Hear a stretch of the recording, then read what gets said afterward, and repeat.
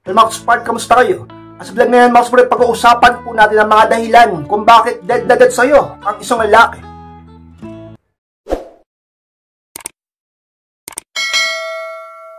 At kung handa na kayong lahat, masarap po tayo. At muli, be Spark!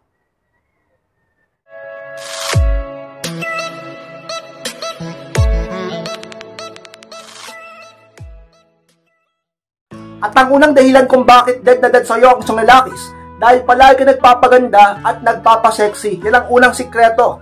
Yan ang unang dahilan kung bakit ang isang lalaki o mga kalalakihan ay talagang gustong gusto ka o maraming nagkaagos sa'yo at ang lalaking mahal mo ay dead na dead sa'yo. Sapagkat ka-inspired, palagi mong inaayos ang sarili mo. Palagi ka nagpapaganda at palagi ka nagpapasexy. E baka sabihin ng iba dyan, ka-inspired, paano naman ako? Paano naman kami? Kaming mga pinanganak na hindi kagandahan. Ngayon sasabihin ko sa iyo, hindi na nga tayo pinanganak na kagandahan o kagwapuhan, hindi ka pa mag-aayos ng sarili mo. E di ano na lang, diba? Kahit ano pa mga sitwasyon mo, ano man ang itsura mo, ka-inspired, palagi kang mag-ayos. Lalo na kapag may partner ka na, sapagkat may kompetisyon. Talaga naman sa attraction ng partner mo, hindi lang ikaw ang babae sa mundo. Maraming babae dyan nagagandahan, mga bata pa at mga nagkaseksihan at talagang nakakaakit sila. Dapat sumabay ka. Lagi ka mag-self-improve. Huwag ka masyadong kampante porket mahal ka niya. Dapat palagi ka pa rin nagpapaganda. Palagi mo pa rin siyang dapat inaakit at palagi pa rin siyang dapat naaakit sa'yo. Upang talaga namang makatiyak ka na ang kanyang pag-ibig at ang kanyang attraction ay sa'yo lang at lagi kang may value sa kanyang mga mata. Kaya inspired, huwag kang magpapabaya sa sarili mo sapagkat isa yun sa mga sikreto upang manatili sa iyo ang isang tao at upang mas lalo ka nilang respetuhin at mas lalong magkaroon ka ng kumpiyansa sa sarili mo. At dahilan kung bakit ang lalaki o makalakihan sa paligid mo ay dead na dead sa iyo ka-inspired sapagkat palagi ka nagpapaganda at nagpapasexy. At paano ang dahilan mga ka-inspired kung bakit dead na dead sa iyo ang isang lalaki? Sapagkat maraming nagkaagusto sa iyo. O pamasok niya ng pangalawang dahilan. Ngayon, tatanungin ako ng iba, ka-inspired, anong connection yan? Porque, dahil ba dyan, kaya dead sa akin ng isang lalaki? Or gustong gusto ako ng partner ko? Alam nyo, ka-inspired, sa maniwala man kayo sa hindi. Talaga naman, mas lalong tumataas ang value mo sa mata ng mga tao, lalo na sa mga lalaki, kapag nakikita nila o nalalaman nila na maraming nagkaagusto sa'yo. Sapagkat tumataas ang interest level nila pagdating sa'yo. Naku-curious sila sa'yo. Nagwa-wonder sila sa'yo at nagiging attractive ka sa kanilang mga mata. Ganyan yan. Ganyan may tawag pa nga dyan sexual market value. Mataas yung sexual market value mo, sex market value mo. Mataas yung yung value mo sa market, sa dating, at talaga namang ka-inspired sa mata ng mga kalalakihan kung bakit maraming naliligaw sa'yo, maraming nagpaparamdam sa'yo, maraming nagchat-chat, maraming talagang nangangamusta, nakikipagkilat, lumalapit sa'yo.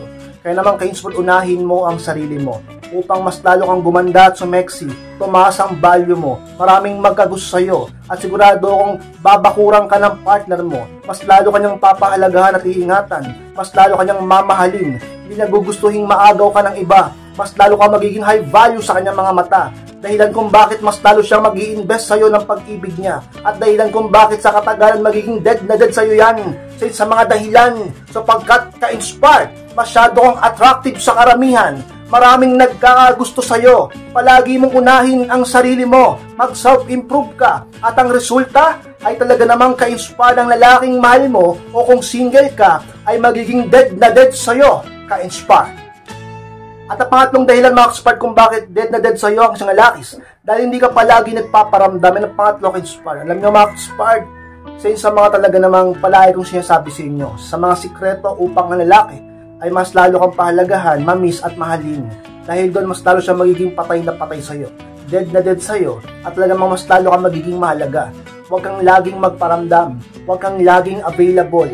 Sapagkat kapag kabaliktaran ang ginawa mo, palagi kang available, napaka-needy mo, mayat maya ka nagpaparamdam, mayat maya ka may message, mayat maya ka may call, napaka-kulit mo, napaka-toxic mo, napaka-higpit mo, update ka ng update, at talaga namang parang wala ka nang ginawa sa buhay mo kundi hintayin siya, kulitin siya, kausapin siya, talaga namang awayin siya, wala ka nang ginawa kundi puro lalaki, puro lande, puro pag-ibig at wala kang ibang pinag-aakabalan sa buhay mo ang lalaki, ay talaga namang pagsasawaan ka. Mata-turn off sa'yo, mawawala ang challenge, maghahanap siya ng iba, at mawawala ang spark. Dahilan kung bakit nakikipaghiwalay ang iba at talagang mang nanggo-ghost. Kaya ka-inspired, itigil mo ang sobrang pag-ibig na yan. Dapat sapat lang. Dapat di ka laging available, di ka dapat laging nagchat-chat. Hayaan mo siyang unang magparamdam sa'yo. Hayaan mo siyang isipin ka. Hayaan mo siyang mamiss ka. Hayaan mo ka-inspired na hanap-hanapin ka niya. Huwag kang laging magparamdam upang ang lalaki magkaroon ng pagkakataon na itaas ang value mo sa isip at puso niya. Dahilan kung bakit mag-e-effort siya upang talaga namang magkausap o magkasama kayo. Magpakipot ka paminsan-minsan. Huwag kang todo bigay, huwag bigay lahat upang ang lalaki ay maging mas lalong dead sa'yo, ka-inspired. At ang pang-apat na dahilan mga ka-inspired kung bakit dead sa'yo ang isang lalakis, dahil napaka-entertaining mo. Yan ang pang-apat ka-inspired. Ano yung ka-inspired? Napaka-entertaining ko? Oo, ka-inspired. Ang iba sa inyo ay ganyan. Ang ibig ko sabihin, kayo hindi kayo boring. Kaya di ba, lagi ko sinasabi sa inyo, kapag kayo ay nakipagrelasyon o kasama nyo ang lalaking mahal mo, partner mo lalaki, huwag ka maging boring. Yung iba sa inyo napakatahimik, sobrang seryoso, puro drama. Talagang kung hindi ganon, puro ka-toxican. Huwag kang ganon, ka-inspired, imbis na boring ka o toxic ka, ay maging entertaining ka. Matuto kang magbiro, makipag-banding ng maganda, umiti, magpatawa, talaga namang maging masaya. Paramdam mong maging maligaya kayo habang magkasama o magkausap kayo, kahit LDR kayo, kahit sa phone lang, kahit sa cellphone lang. Ka-inspired sa mga sikreto upang sinalaki mas lalo kang mahalin. Maging entertaining ka upang magkaroon ng kabuluhan ng inyong relasyon at mas lalo siyang maging maligaya sa'yo. Hanap-hanapin niya ang isang tulad mo. Mas gustuhin niya pang kausapin ka. At talagang hanap-hanapin niya ang tulad mo at hindi ka niya pagsawaan at hindi siya mabagot sa'yo at hindi ka niya talaga namang ka-inspired ipagpalit sa iba upang siya ay maging dead sa'yo. Hanap-hanapin niya ang isang tulad mo sapagkat sa'yo ay na-entertain siya at maligaya siya, ka-inspired. At malamang dahilan mga ka-inspired kung bakit dead sa'yo ang isang lalakis. Dahil marunong ka mang-akit at maglandi sa kanya na palima ka-inspired. Kailangan yan.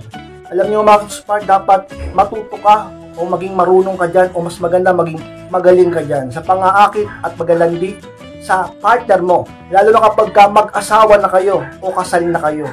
Napakahalaga yan ka-inspired. Dahil kung hindi mo gagawin yan, tinitiyak ko sa iyo na maraming malalandi sa paligid niya.